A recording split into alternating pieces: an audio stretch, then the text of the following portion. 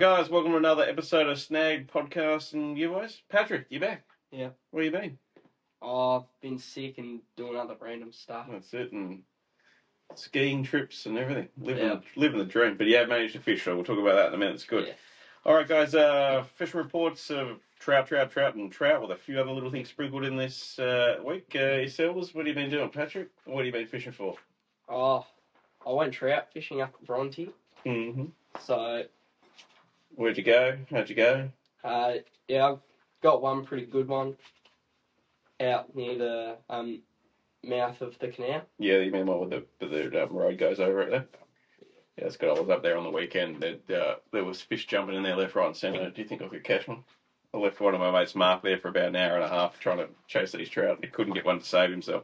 And then he managed to get 6 fish everywhere else, just not in the ones he could see that were jumping about everyone. Yourself? You got up there over the weekend? Yeah, look, it was a tough weekend. So, with like water levels like all over the show up the lakes at the moment, I decided, screw it, I'd go to Wayatina Lagoon, which I've never fished before, never even seen it. It was just about the only lake that was in the Central Islands that was actually full. So I went up there Saturday, managed to pull an Atlantic and a Brownie, both around that 450, 500 mark. So I was pretty happy with that. Fished that till about midday, then like, screw it, go to Bronte. Fished Bronte from about 1 to 4:30, didn't see a fish. And then met up with Jane and a couple of mates up at Lake Echo up the top there. Fished that for 5.5 hours with 4 people on the boat, casting lures every single direction. We fished deep, we fished shallow, and we saw 1 fish. That's it. Well, I was up there over the weekend. My beautiful partner and some of my mates of ours. So we decided, we're not to do the whole Bronte thing like we do every single year. So we went up to King William, walked the shores of King William for 2.5 hours, didn't see a fish. Thought I'm just going to go walk up to the fish trap so I can actually see what a fish looks like, because I'd forgotten at this stage. There was 4 fish in the fish trap. I was like, well, if there's 4 fish in the fish trap, there's no chance I'm getting one.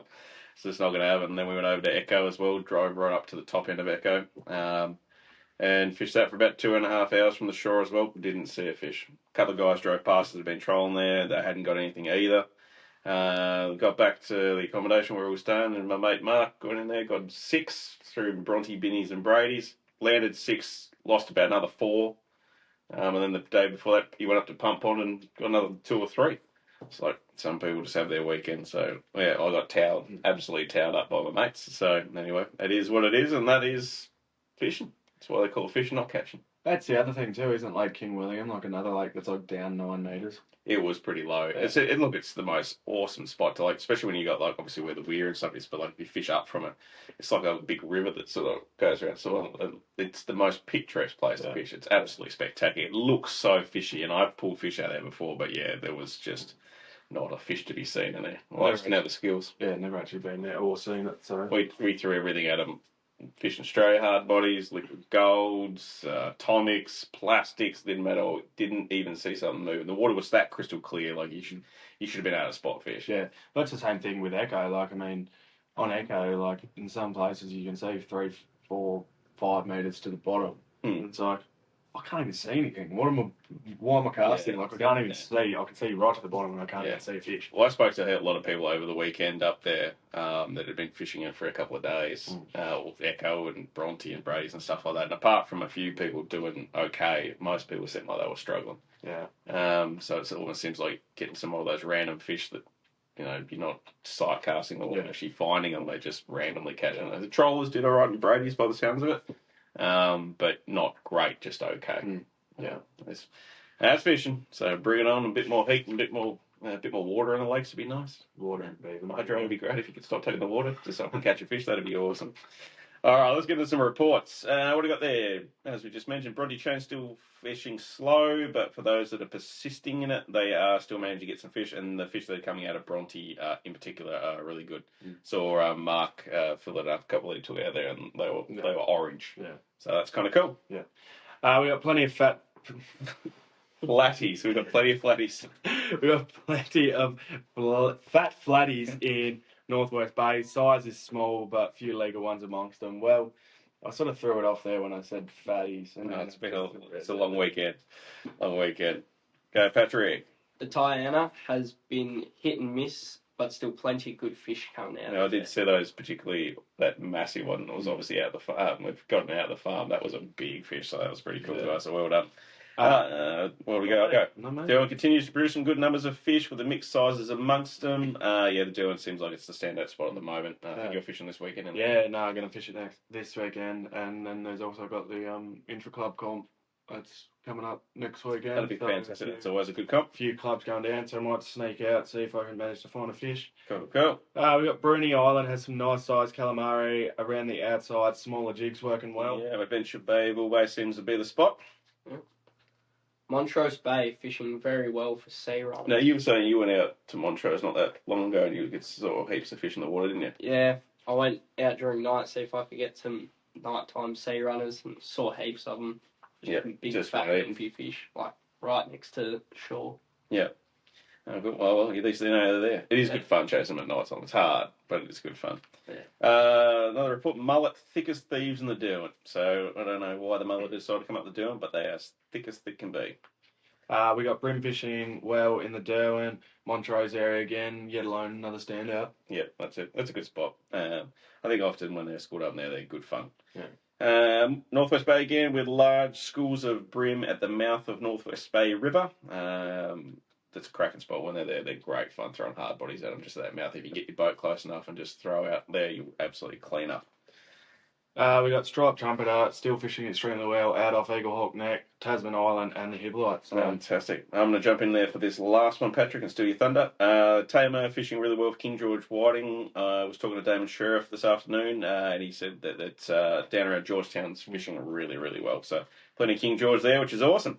He's been doing some cool videos. I think he did a couple with Worthing recently. He's one of those Whiting, and I think he's doing another trout launch at the moment, which is kind of cool. So stay tuned for that. All right, break time.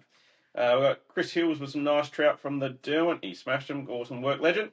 We got Dave Burgess with some epic trout from Lake League. Awesome work. I haven't fished Lake League for a while. No, I haven't. I think the Lonnie Angling Club do a comp up there next month, so that would probably be the next time. Yeah, I love it. Oh, cool. Go have a poke around there. I love it.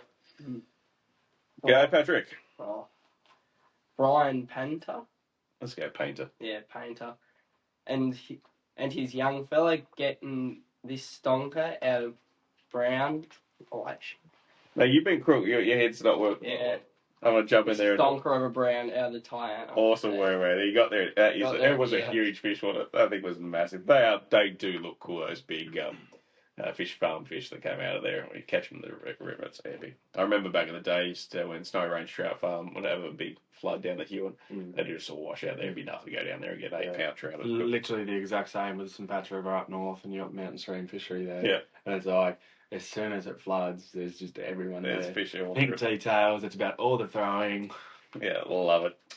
Guys from Double Hook Fishing Charters added again with a couple of cracking browns. I don't imagine they were doing the charters, but I probably think they just went out for a fish. They got some awesome browns, so good job, guys.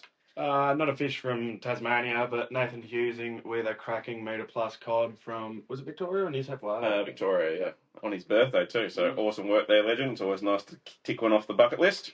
Arthur Whittock with another cracking brown. Oh, that kid can catch fish anywhere. It's just get disgraceful. I don't like it. We got Damon Shearer with a nice brown from the north of the state. Awesome work, Damo. We got Naomi Wisby and a little one with some cracking calamari. Yeah, absolutely. Good job there, Gnomes. Jack Bantet with a nice rainbow. Yeah, that was a good fish too. So, yeah. Well, that's about all we've got for brags and reports. Because we are filming it on a Monday tonight. Normally we're filming it on a Wednesday, but we've got a bit of a busy week on this week. So, guys, don't forget, if you've got any awesome fishing reports or just some photos you want to put up in the brag, send them into our Facebook page. We'll drop them in here at the Fisherman's Shed. Also, if you like what we do and you want to support us, jump on www.snag.com.au, grab yourself a membership, go on the draw to win some awesome stuff and help us do what we do here. That's it. Yep. See you